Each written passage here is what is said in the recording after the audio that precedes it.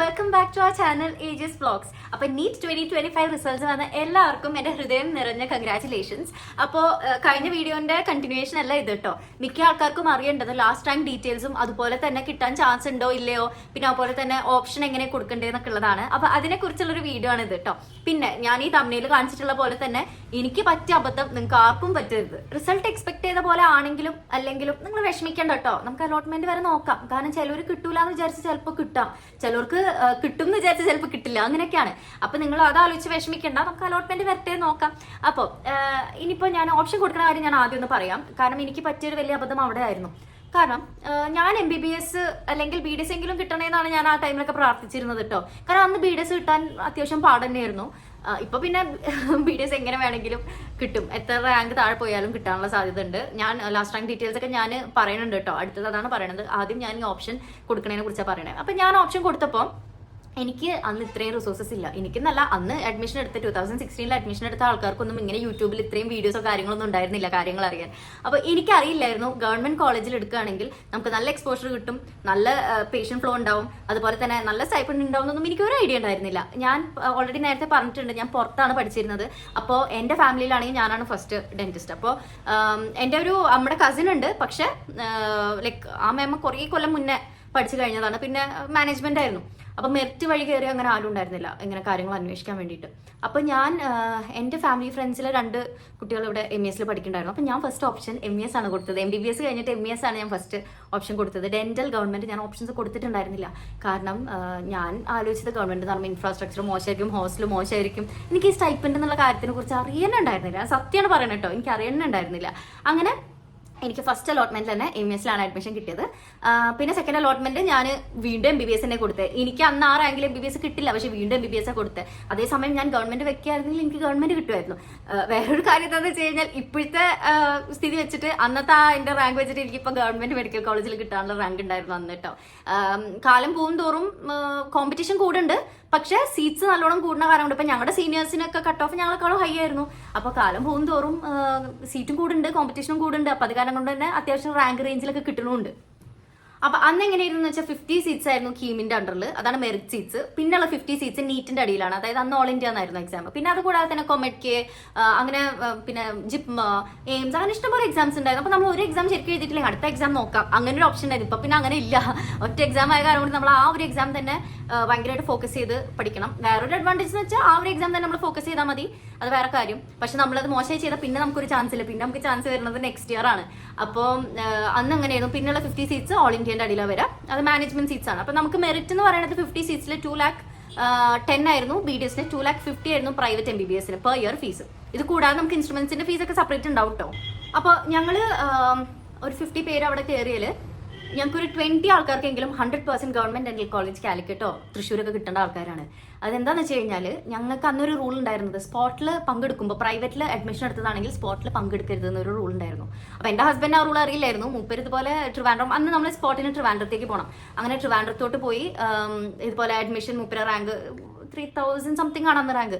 അപ്പോൾ അതിന് വിളിച്ചു. മുമ്പ് അഡ്മിഷൻ എടുക്കാൻ പോകുമ്പോഴത്തേനും അവരുണ്ടെങ്കിൽ നിങ്ങൾ ഓൾറെഡി പ്രൈവറ്റിൽ അഡ്മിഷൻ എടുത്തിട്ടുണ്ട്, അപ്പോൾ നിങ്ങൾക്ക് ഇതിന് അഡ്മിഷൻ കിട്ടില്ല എന്ന്. ഞാനാണെങ്കിലോ എൻ്റെ കുറേ റാങ്ക് താഴെയുള്ളവരൊക്കെ ഗവൺമെന്റ് കോളേജിൽ BDS-ന് കയറിയിട്ടോ. അതെനിക്ക് അതിനെക്കുറിച്ച് അന്ന് അറിയില്ല. ഞാൻ എത്രയും പോയത് സത്യം പറഞ്ഞ സെക്കൻഡ് ഇയറിലാണ്. ഫസ്റ്റ് ഇയറിൽ ഞാൻ ഇവിടെ MES-ൽ കിട്ടിയപ്പോൾ ഞാൻ ഭയങ്കര ഹാപ്പി ആയിരുന്നു. BDS-നെങ്കിലും കിട്ടണമെന്നായിരുന്നു ഞാൻ പ്രാർത്ഥിച്ചിരുന്നത്. അപ്പം ഞാൻ ഫസ്റ്റ് ഓപ്ഷൻ കൊടുത്ത കോളേജ് എനിക്ക് കിട്ടി. എനിക്ക് MES അറിയുള്ളൂ, വേറൊരു കോളേജസിനെ കുറിച്ച് എനിക്ക് അറിയില്ല. അപ്പം അന്ന് എൻ്റെ കോളേജ് MES-ൽ സ്റ്റേറ്റ് മെറിറ്റിൽ 3,800 വരെയൊക്കെ കയറിയിട്ടുള്ളൂ. സ്പോട്ടിലല്ല, നമുക്ക് 2 or 3 അലോട്ട്മെന്റ്സ് ആയിരുന്നു. അതുവരെ 3,800. അന്ന് ഭയങ്കര കട്ട് ഓഫ് ഹൈ ആയിരുന്നു. ഗവൺമെന്റിലൊക്കെ 1,500, 1,800 അങ്ങനെയാണ് ഫസ്റ്റും സെക്കൻഡ് അലോട്ട്മെന്റിലൊക്കെ കയറി. പിന്നെ സ്പോട്ടിലാണ് 3,000-ന്റെ അവിടേക്കൊക്കെ എത്തിയത്. പിന്നെ അറിയേണ്ട വേറൊരു കാര്യമാണ്, നമുക്ക് OEC SC ST എന്നല്ലാതെ തന്നെ ഇഴവ റിസർവേഷൻ ഉണ്ട്, KU റിസർവേഷൻ ഉണ്ട്, ധീവര റിസർവേഷൻ ഉണ്ട്, വിശ്വകർമ്മ റിസർവേഷൻ ഉണ്ട്, അങ്ങനെ പല റിസർവേഷൻസ് ഉണ്ട് കേട്ടോ. അപ്പോൾ ഈ 50 പേര് മെറിറ്റിൽ പഠിക്കണവർക്ക് തന്നെ അതിൽ സത്യം പറഞ്ഞ ഒരു 10-20 ആൾക്കാർക്കാണ് 2,10,000 അടയ്ക്കാനുള്ളൂ. അതിൽ കുറെ പേർക്ക് ഫീസേ അടയ്ക്കേണ്ട ആവശ്യമില്ല. ചില ആൾക്കാർക്ക് അതുപോലെ മുസ്ലിം മൈനോറിറ്റി അങ്ങനെ ഒരു ഇതുണ്ട്. ചില ആൾക്കാർക്ക് 23,000 പെർ ഇയർ അടച്ചാൽ മതി, ചിലർക്ക് 44,000 പെർ ഇയർ അടച്ചാൽ മതി.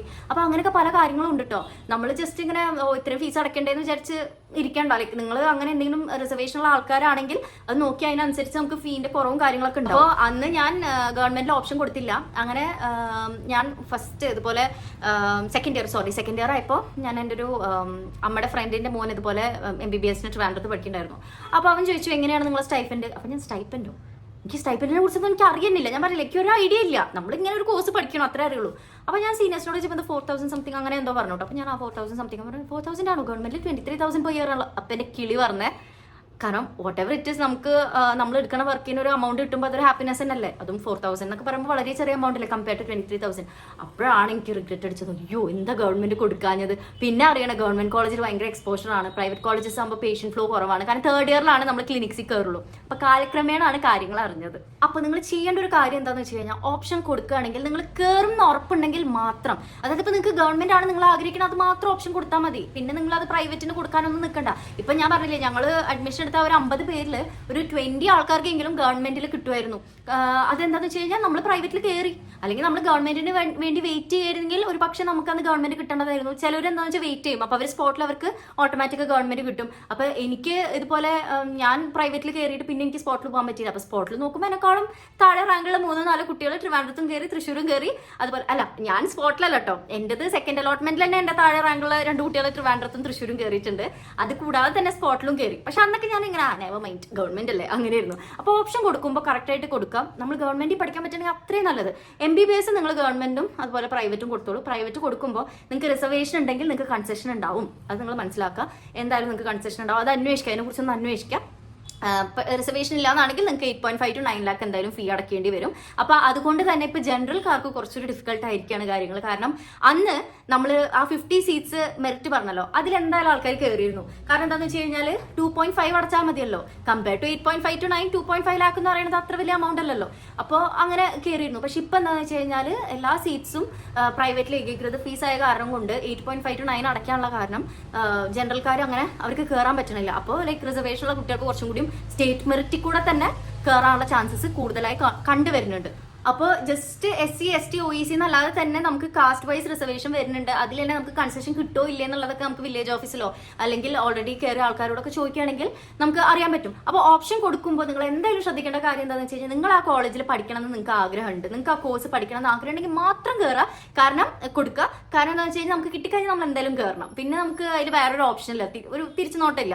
അപ്പോൾ അത് കാരണം കൊണ്ട് തന്നെ ഓപ്ഷൻ കൊടുക്കുമ്പോൾ നല്ല ശ്രദ്ധിച്ച് കൊടുക്കുക. നമ്മൾ എപ്പോഴും ഗവൺമെന്റ് കോളേജസിന് പ്രയോറിറ്റി കൊടുക്കുക. അതിപ്പോൾ ഒരുവിധ ആൾക്കാർക്ക് അറിയുണ്ടാവും. എനിക്ക് അന്ന് ഞാൻ പറഞ്ഞല്ലോ, എനിക്ക് പറഞ്ഞു തരാൻ ആരും ഉണ്ടായില്ല, അതുകൊണ്ടാണ് ഞാൻ പറയുന്നത്. പിന്നെ ഞാനിപ്പോൾ എൻ്റെ ഒരു ഒപ്പീനിയൻ പറയുകയാണെങ്കിൽ, MBBS നിങ്ങൾ പ്രൈവറ്റിൽ പഠിക്കുകയാണെങ്കിൽ അത്യാവശ്യം പേഷ്യന്റ് ഫ്ലോ ഉള്ള കോളേജ് ആണെങ്കിൽ കുഴപ്പമില്ല. BDS നിങ്ങൾ പ്രൈവറ്റിൽ പഠിക്കാൻ ഉദ്ദേശിക്കുന്നുണ്ടെങ്കിൽ പേഷ്യന്റ് ഫ്ലോ ഉള്ള കോളേജ് തന്നെ നോക്കിയെടുക്കുക. അത് നിർബന്ധമായിട്ടും അങ്ങനെ തന്നെ നോക്കിയെടുക്കുക. കാരണം എന്താണെന്ന് വെച്ച് കഴിഞ്ഞാൽ പേഷ്യന്റ് ഫ്ലോ കുറവാണെങ്കിൽ നമുക്ക് എക്സ്പോഷർ കുറവാണ്. അപ്പോൾ ഇഷ്ടംപോലെ ഡോക്ടേഴ്സ് ഇങ്ങനെ പഠിച്ചിറങ്ങുമ്പോൾ നമുക്ക് ആ ഒരു പ്രിഫറൻസ് കിട്ടില്ല. നമുക്കൊരു ക്ലിനിക്ക് കയറാൻ പോകുമ്പോൾ നമുക്ക് അവിടെ ഒരു പ്രിഫറൻസ് കിട്ടില്ല. അപ്പോൾ നിങ്ങൾ ഗവൺമെന്റ് ആണെങ്കിൽ നോ പ്രോബ്ലം, ഗവൺമെന്റ് പഠിച്ച് കഴിഞ്ഞാൽ നമുക്ക് എന്തായാലും അത്യാവശ്യം എക്സ്പോഷർ ഉണ്ട്. പക്ഷേ പ്രൈവറ്റ് കോളേജസ് ചൂസ് ചെയ്യുമ്പോൾ നിർബന്ധമായിട്ടും അത്യാവശ്യം പേഷ്യന്റ് ഫ്ലോ ഉള്ള കോളേജസ് ചൂസ് ചെയ്യുക. ജസ്റ്റ് ആ ഡിഗ്രി എന്നുള്ള പേരിന് വേണ്ടി മാത്രം BDS പ്രൈവറ്റ് എടുക്കരുത്. BDS പ്രൈവറ്റ് കോളേജസ് ചേരുമ്പോൾ നിർബന്ധമായും പേഷ്യന്റ് ഫ്ലോ ഉണ്ടോ നോക്കിയിട്ട് വേണം ചേരാൻ. അപ്പോൾ ഓപ്ഷൻ കൊടുക്കുമ്പോൾ നല്ല ശ്രദ്ധിച്ചിട്ട് ഓപ്ഷൻ കൊടുക്കുക കേട്ടോ. നിങ്ങൾക്ക് വേണമെങ്കിൽ മാത്രം ഓപ്ഷൻ കൊടുക്കാൻ പാടുള്ളൂ, അല്ലാതെ അനാവശ്യമായിട്ട് ഓപ്ഷൻ കൊടുക്കരുത്. പിന്നെ അതുപോലെ തന്നെ കാസ്റ്റിന്റെ കാര്യം അത് നിങ്ങൾ എന്തായാലും ഒന്ന് ശ്രദ്ധിക്കുക. കാരണം എന്താണെന്ന് വെച്ച് കഴിഞ്ഞാൽ എനിക്ക് അറിയണ്ടായിരുന്നില്ല ഇങ്ങനെ കൺസെഷനും കാര്യങ്ങളൊക്കെ ഉണ്ടാവും എന്നുള്ളത്. എനിക്ക് ഇതുപോലെ ഒരു കാസ്റ്റ് റിസർവേഷൻ വെച്ചിട്ടാണ് ഞാൻ കയറിയത്. കോളേജിൽ കയറിയതിന് ശേഷം ഞാൻ 2,10,000 ആയിട്ടാണ് ഞാൻ വന്നത്. പക്ഷേ നമ്മൾ അവിടെ എത്തിയപ്പോഴാണ് നമുക്ക് അതിന്റെ കാര്യം അറിഞ്ഞത്, നമുക്ക് കൺസെഷൻ ഉണ്ട് എന്നൊക്കെ നമ്മൾ പിന്നീടാണ് അറിയണത്. അപ്പോൾ നിങ്ങൾക്ക് കൺസെഷൻ ഉണ്ടെന്ന് അറിയുകയാണെങ്കിൽ നിങ്ങൾ പ്രൈവറ്റ് MBBS കൊടുത്തോളൂ. മനസ്സിലായോ? അപ്പൊ അത്രയും അതായത് റിസർവേഷനോ കാര്യങ്ങളോ ഒന്നും ഇല്ലാന്നാണെങ്കിൽ 8.5 to 9 lakh നിങ്ങൾക്ക് അഫോർഡ് ചെയ്യാൻ പറ്റൂല പെർ ഇയർ എന്നാണെങ്കിൽ എന്തായാലും അതിന് കൊടുക്കണ്ട. BDS എനിക്ക് തോന്നുന്നു 4 lakh പെർ ഇയർ ആണെന്ന് തോന്നുന്നുണ്ട്. എനിക്ക് ഷുവർ അല്ല, പക്ഷെ അത്രയും തോന്നുന്നുണ്ട്. അന്നത്തെ ഫീ അല്ല എന്തായാലും ഇപ്പോൾ. പക്ഷെ റിസർവേഷൻ ഉള്ള ആൾക്കാർക്ക് അതിനനുസരിച്ചുള്ള കൺസെഷൻസ് ഉണ്ടാവും. ഓക്കെ ഗൈസ്, അപ്പോൾ അതൊക്കെയാണ് നമ്മുടെ ഓപ്ഷൻ രജിസ്ട്രേഷന്റെ കാര്യങ്ങൾ. ഇനി നമുക്ക് ലാസ്റ്റ് റാങ്ക് ഡീറ്റെയിൽസിലോട്ട് പോയാലോ? അപ്പോൾ നമുക്ക് ആദ്യം തന്നെ 2024 എങ്ങനെ കയറിയിട്ടുള്ളത് നോക്കാം. നമ്മൾ പറയുന്നത് എങ്ങനെയാണെന്ന് വെച്ച് കഴിഞ്ഞാൽ MBBS government seats, private seats, പിന്നെ BDS ഗവൺമെന്റ് പ്രൈവറ്റ്. അപ്പോൾ MBBS നമുക്ക് ഗവൺമെന്റിൽ സ്റ്റേറ്റ് മെറിറ്റ് കയറിയത് 954 കേരള റാങ്ക് ആണ്. ഓൾ ഇന്ത്യ റാങ്ക് 9479 ആണ്. ഇതാണ് ലാസ്റ്റ് റാങ്ക് കേട്ടോ. പിന്നെ SC കയറിയിട്ടുള്ളത് 14,000 റേഞ്ചിലാണ്. അപ്പോൾ അവരുടെ ഓൾ ഇന്ത്യ റാങ്ക് വന്നിട്ടുള്ളത് 1,60,000 1,70,000 ഇടയ്ക്കായിട്ടാണ്. പിന്നെ ST ആണെങ്കിൽ 22,000 ആണ് ഗവൺമെന്റ് MBBS ലാസ്റ്റ് കയറിയിട്ടുള്ളത്. അപ്പോൾ അവരുടെ ഓൾ ഇന്ത്യ റാങ്ക് വന്നിട്ടുള്ളത് 3,30,000 അടുത്തായിട്ടാണ്. പിന്നെ പ്രൈവറ്റിൽ നോക്കുമ്പോൾ നമുക്ക് സ്റ്റേറ്റ് മെറിറ്റ് കയറിയിട്ടുള്ളത് 10,095 ആണ്, PK ദാസ് ആണ്. അപ്പോൾ അതിൽ ഓൾ ഇന്ത്യ റാങ്ക് വരുമ്പോൾ 1,09,000 അങ്ങനെ വരുന്നത്, 1,09,000 സംതിങ്. പിന്നെ SC ആണെങ്കിൽ 16,535 ആണ് ലാസ്റ്റ് റാങ്ക്, 2,07,000 ആണ് ഓൾ ഇന്ത്യ റാങ്ക്. ഞാൻ ഫസ്റ്റ് പറയുന്നത് നമ്മുടെ കേരള റാങ്ക് ആണ്, പിന്നെ ഓൾ ഇന്ത്യ റാങ്ക് ആണ് എൻ്റെ ഒപ്പം പറയുന്നത് കേട്ടോ. പിന്നെ ST ആണെങ്കിൽ 25,359 ആണ് നമ്മുടെ പ്രൈവറ്റ് MBBS ലാസ്റ്റ് കയറിയിട്ടുള്ളത്. അപ്പോൾ അവരുടെ ഓൾ ഇന്ത്യ റാങ്ക് 4,47,000 ആണ്. ഇനി BDS വരുമ്പോൾ ഗവൺമെന്റിൽ സ്റ്റേറ്റ് മെറിറ്റിൽ കയറിയിട്ടുള്ളത് 4,446, അതായത് ഓൾ ഇന്ത്യ റാങ്ക് 44,000. പിന്നെ SC ആണെങ്കിൽ 18,180, ഓൾ ഇന്ത്യ റാങ്ക് 2,40,000 റേഞ്ചിലാണ്. ST ആണെങ്കിൽ 27,000 ആണ്. അപ്പോൾ 5,15,000 റേഞ്ചാണ് ഓൾ ഇന്ത്യ റാങ്ക് വരുന്നത്. പിന്നെ പ്രൈവറ്റിൽ വരുമ്പോൾ 38,000 വരെ കയറിയിട്ടുണ്ട്, അതായത് 13 lakh വരെ പ്രൈവറ്റിൽ സ്റ്റേറ്റ് മെറിറ്റ് ആണെങ്കിലും SC ആണെങ്കിലും ST ആണെങ്കിലും കയറിയിട്ടുണ്ട്. അപ്പോൾ അതാണ് BDSന്റെ. ഇനി നമ്മൾ 2023 നോക്കുകയാണെങ്കിൽ ജനറലിൽ 864 ആണ് ലാസ്റ്റ് റാങ്ക് ഗവൺമെന്റ് കയറിയിട്ടുള്ള MBBS. അത് നമ്മൾ ഓൾ ഇന്ത്യ റാങ്ക് വരുമ്പോൾ 10,016 ആയിരുന്നു. പിന്നെ SC എന്ന് പറയുന്നത് 13,377 ആണ്, അത് ഓൾ ഇന്ത്യ 1,66,000 ആണ് പോയിട്ടുള്ളത്. ST ആണെങ്കിൽ 21,657, അപ്പോൾ നമ്മൾ ഓൾ ഇന്ത്യ റാങ്ക് 3,30,000. ഇനി പ്രൈവറ്റ് നോക്കുകയാണെങ്കിൽ MBBS 9,637 വരെയാണ് കയറിയിട്ടുള്ളത്. അത് നമ്മൾ ഓൾ ഇന്ത്യ റാങ്ക് നോക്കുമ്പോൾ 1,13,000 ആയിരുന്നു. പിന്നെ 15,852 ആണ് SC കയറിയിട്ടുള്ളത്. അത് നമ്മൾ ഓൾ ഇന്ത്യ റാങ്ക് നോക്കുകയാണെങ്കിൽ 2,08,000 ആണ് കയറിയിട്ടുള്ളത്. പിന്നെ കയറിയിട്ടുള്ളത് ST 25,649 ആണ്, അത് ഓൾ ഇന്ത്യ റാങ്ക് 4,42. അങ്ങനെയാണ് ST കയറിയിട്ടുള്ളത്. ഇപ്പോൾ ഇത് MBBSന്റെ കാര്യമാണ് പറഞ്ഞത്.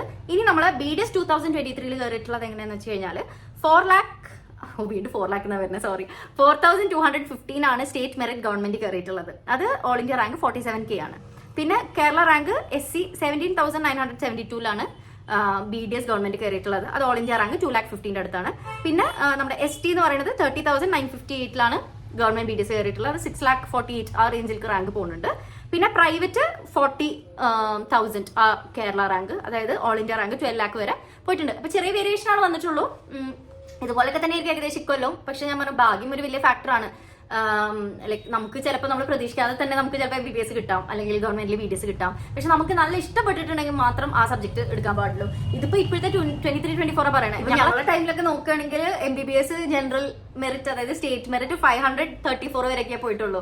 അതുപോലെ തന്നെ നമ്മളെ പ്രൈവറ്റ് ആണെങ്കിൽ 2,500 വരെ പോയിട്ടുള്ളൂ. ഇനിയിപ്പോ BDS ആണെങ്കിൽ ഗവൺമെന്റ് സ്റ്റേറ്റ് മെറിറ്റ് ആകെ 1,200, അത് സ്പോട്ടിലാണ് 3,000 വരെയൊക്കെ പോയത്. പിന്നെ പ്രൈവറ്റ് ആണെങ്കിൽ 8,000 വരെയൊക്കെ ആ കാലത്ത് കിട്ടുമായിരുന്നുള്ളൂ. ഇപ്പൊ BDS പ്രൈവറ്റ് നിങ്ങൾക്ക് എത്ര റാങ്ക്, അതായത് 40K അടുത്തൊക്കെ നിങ്ങൾക്ക് പ്രൈവറ്റിൽ കയറാൻ പറ്റും. പിന്നെ OEC SC ST അവർക്ക് പ്രൈവറ്റിൽ എന്തായാലും ട്യൂഷൻ ഫീ ഇല്ല, 100% ട്യൂഷൻ ഫീ ഇല്ല. OECക്ക് ഹോസ്റ്റൽ ഫീ ഉണ്ടോന്നൊരു ഡൗട്ട് ഉണ്ട്. എത്രയുണ്ട്, ഒരു കൺസെഷൻ ഉണ്ടാവും, കൺസെഷൻ ആയിട്ടാണ് ഉണ്ടാവുക. എത്രയുണ്ട് എമൗണ്ട് കുറച്ച് കൊടുത്താൽ മതി. SC STക്ക് എന്തായാലും അതൊന്നുമില്ല, ഹോസ്റ്റൽ ഫീ അങ്ങനൊന്നുമില്ല. അപ്പൊ നിങ്ങളുടെ കാറ്റഗറി നോക്കണം. നിങ്ങൾ OECയിൽ പഠിക്കുന്നവരാണോ നോക്കുക, SCയിൽ പഠിക്കുന്നവരാണോ നോക്കുക. അങ്ങനെയാണെങ്കിൽ നിങ്ങൾക്ക് എന്തായാലും ഫീ കൊടുക്കാതെ തന്നെ പഠിക്കാൻ പറ്റും കേട്ടോ. അപ്പൊ അതെന്തായാലും നിങ്ങൾ ശ്രദ്ധിക്കാം. അതുപോലെ തന്നെ caste eligible for OEC concession എന്ന് പറഞ്ഞിട്ടുള്ള കുറച്ച് കാസ്റ്റും ഉണ്ട് കേട്ടോ. അത് പ്രോസ്പെക്ടസിലുണ്ട് ഡീറ്റെയിൽ ആയിട്ട്. ആ കാസ്റ്റിലുള്ളവർക്കും ഇതുപോലെ കൺസെഷൻ ഉണ്ടാവും. പക്ഷെ എന്താ വെച്ചാൽ അവർക്ക് ഒരു ഇൻകം ലിമിറ്റ് ഉണ്ട്. 6 lakh ആണെന്നാണ് എന്റെ വിശ്വാസം. അത് 8 lakh ആക്കിയിട്ടുണ്ടോ എന്നുള്ളത് എനിക്ക് ഉറപ്പില്ല. അത് അന്വേഷിക്കേണ്ടി വരും, വില്ലേജ് ഓഫീസിലെങ്ങാനും അന്വേഷിക്കേണ്ടി വരും. അപ്പൊ 6 lakhന് മുകളിലാണ് നിങ്ങൾക്ക് ഇൻകം എങ്കിൽ നിങ്ങൾക്ക് ആ കൺസെഷൻ കിട്ടില്ല.